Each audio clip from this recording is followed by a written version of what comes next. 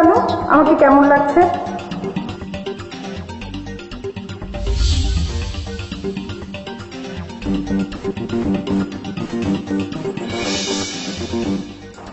ভালো।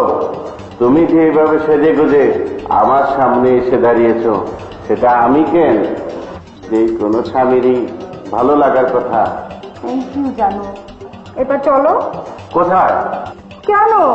শান্তার বিয়ের অনুষ্ঠানে।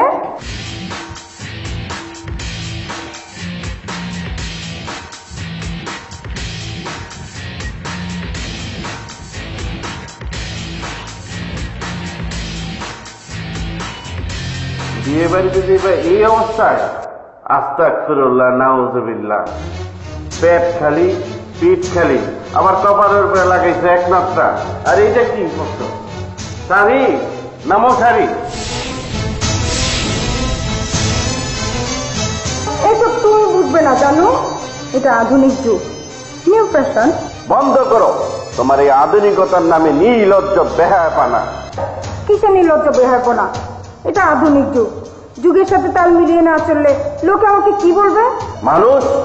মানুষ যতই শিক্ষিত আর আধুনিক হচ্ছে, ততই নির্লজ্জ বেহায়া হয়ে যাচ্ছে।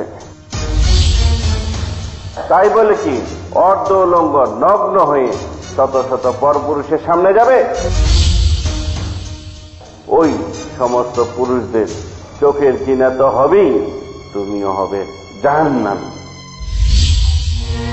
তুমি কি জানো, একজন নারীর মাথার চুল যদি কোনো পর পুরুষে দেখে, সেই এক একটি চুল কবরে 70টি সাপ হয়ে দংশন করবে? আমরা মুসলমান, আমাদের ধর্মে নামাজ রোজা করা যেমন ফরজ, মেয়েদের পর্দা করে চলো তেমন ফরজ। এত সুন্দর করে সেজে গুজে আসলাম তোমার সাথে যাবো বলে, তুমি আমাকে এসব কি বলছো? আমি ঠিকই বলছি তো, যাবে ভালো কথা। মুন্না কোথায়? মুন্না যাবে না? মুন্নাকে তোর মামার সাথে পাঠিয়ে দিয়েছি। কেন মুন্নাকে তার মামার সাথে পাঠালে? তার তো আমাদের সাথে যাওয়ার কথা ছিল। কি আশ্চর্য, কি যে বলো তুমি! মুন্নাকে আমি সাথে করে নিয়ে যাব? সবাই আমাকে আন্টি খালামণি বলে ডাকবে না? তাহলে কি তোমাকে সবাই আপু বলে ডাকবে? যাও, ভালো শাড়ির মার্জিত পোশাক পরে এসো। তুমি না আসলে একটা আনকালচার, কিচ্ছু বুঝো না। আমি কি বুঝি না বুঝি, এটা সময় এলে বুঝিয়ে দিব। এখন যাবে কি না সেটা বলো। যাচ্ছি।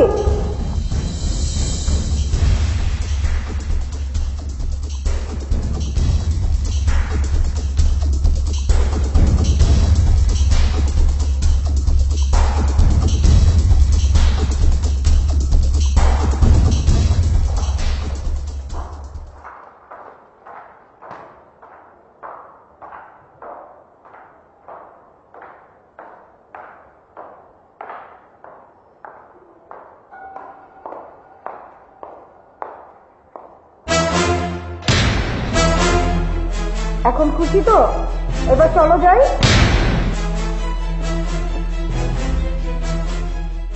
দেখো না, তুমি মাথায় হিজাব পরে এসেছো, তবু আমি খুশি।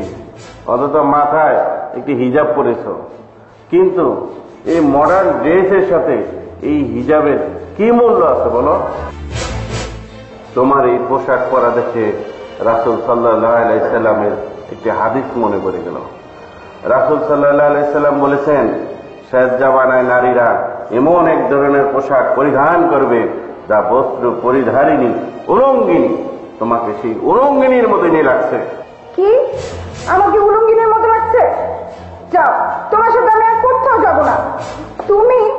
তুমি আসলে একটা আনকালচার, একটা গেঁয়ো।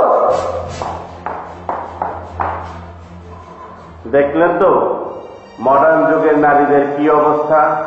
আসুন আমরা আমাদের মা বোনদেরকে ধর্মীয় পথে চলার কড়াকড়ি নির্দেশ প্রদান করি, নিজেরা গুনাহ থেকে বাঁচি, অন্যদেরকেও গুনাহ থেকে বাঁচাই।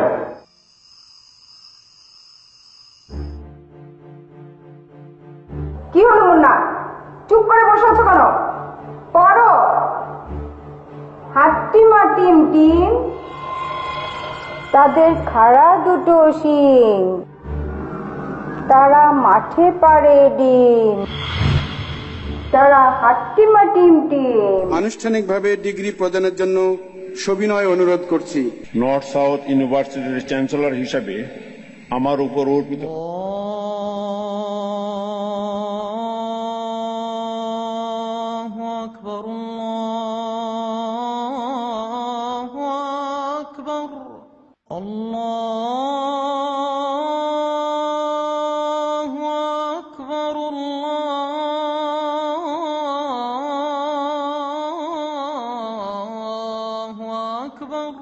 না, এশার নামাজটা জামাতের সহিত আদায় করে আসি, খবরটা পরও দেখা যাবে।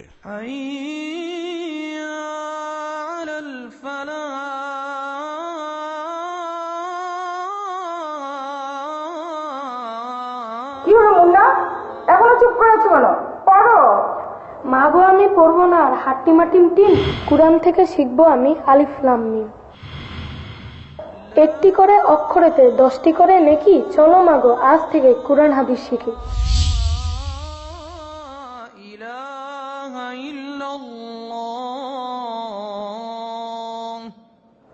আমি হলাম ইংলিশে অনার্স, আর এই ডিজিটাল যুগে তুমি কোরআন হাদিস শিখবে?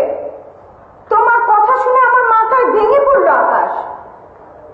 আরে যেতেই তুমি থাকো না ইংলিশে IBA পাস, ধর্মের জ্ঞান নাই, তুমি মূর্খ মূর্খ মূর্খ। যদি মূর্খই না হতে অন্তত আজানটা শুনে মাথায় কাপড়টা দিতে। সত্যি আমি খুব লজ্জিত, আমার ক্ষমা করো। এমন ভুল আর কখনো হবে না। লজ্জিত হওয়ার কিছু নাই, তুমি তোমার ভুল বুঝতে পেরেছো, সেজন্য তোমাকে ধন্যবাদ। তোমার ছেলে পড়ালেখা করবে না, এই ডিজিটাল যুগে ও নাকি কোরআন হাদিস শিখবে। ওকেও কিছু বলো।